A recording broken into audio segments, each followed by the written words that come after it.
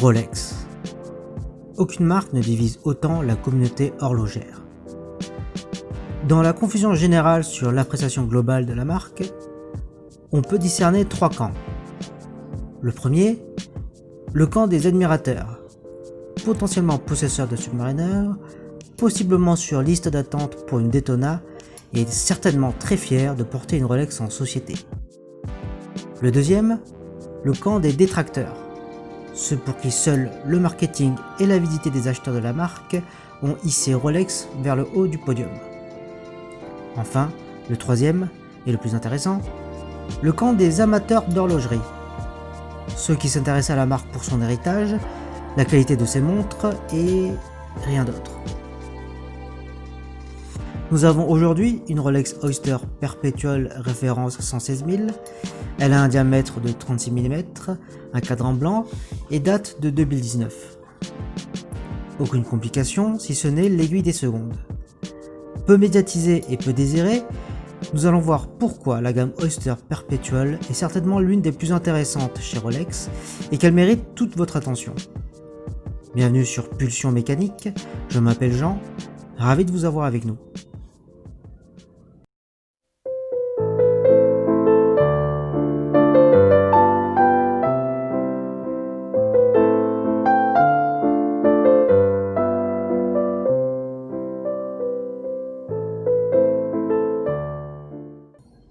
Une Rolex Oyster Perpetual, prix catalogue selon sa taille et sa configuration, se trouve entre 4 000 et 5 000 euros.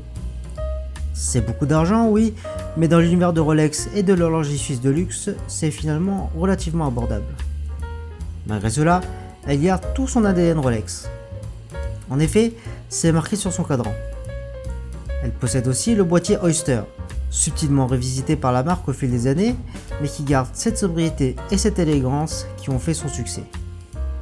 Premier boîtier étanche au monde d'après la marque, c'est en 1926 que le design voit le jour. On a une véritable sensation de robustesse en voyant et en prenant en main la montre. Pas de lunettes cannelées ou de plongée ici, elle est simplement polie, d'une finition au reflet miroir et au brillant modéré par rapport à une Datejust par exemple. Nous avons le bracelet Oyster, l'origine du bracelet acier de sport. Maintes fois copié, ce bracelet à 3 liens est ici impeccablement ajusté. Aucun jeu entre les liens, une articulation parfaite et un toucher incroyablement soyeux. L'acier utilisé pour les Rolex est le 904L, qui est un super alliage inoxydable au poli exceptionnel. D'où ce brillant assez singulier et surtout ce toucher si agréable. Nous avons à 3 heures la couronne vissée, baptisée Twin Lock. Elle permet de garantir une étanchéité de 10 bars, soit 100 mètres. Une fois dévissée, il y a deux positions. La première qui permet de remonter manuellement le mouvement. La deuxième qui permet de régler l'heure. Pas de date, donc seulement deux positions.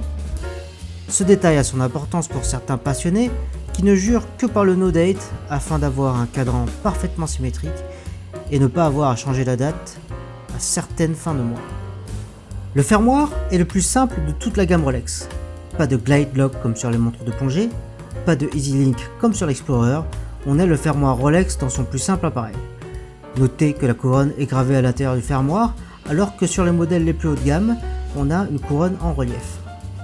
Le fermoir est très simple d'utilisation, il ne nécessite pas une grande force pour être ouvert, mais reste étonnamment solide une fois fermé. Rolex fournit l'Oyster Perpetual avec cette jolie boîte habillée d'un cuir de couleur verte. Sur le haut du boîtier, il y a une petite cachette qui recèle le manuel, la carte d'identification de la montre ainsi que le guide de garantie. Voyons maintenant ses atouts par rapport aux autres modèles de la marque.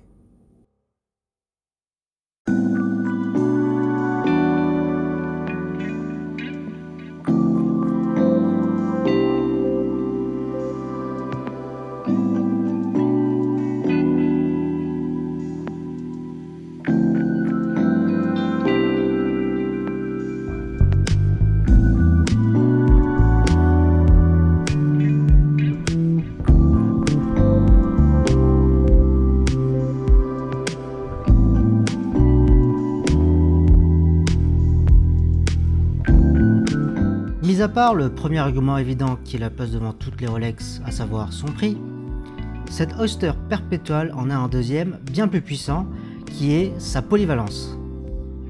Même si beaucoup d'admirateurs de Rolex portent leur Submariner pour toutes les occasions imaginables, une plongeuse n'est pas vraiment appropriée pour une soirée cocktail.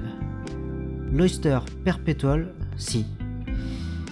Je n'imagine pas vraiment porter une belle Datejust bidon à la plage, ni la lunette cannelée, ni le bracelet jubilé nous sembleraient appropriés. Par contre, l'Oyster Perpetual, si.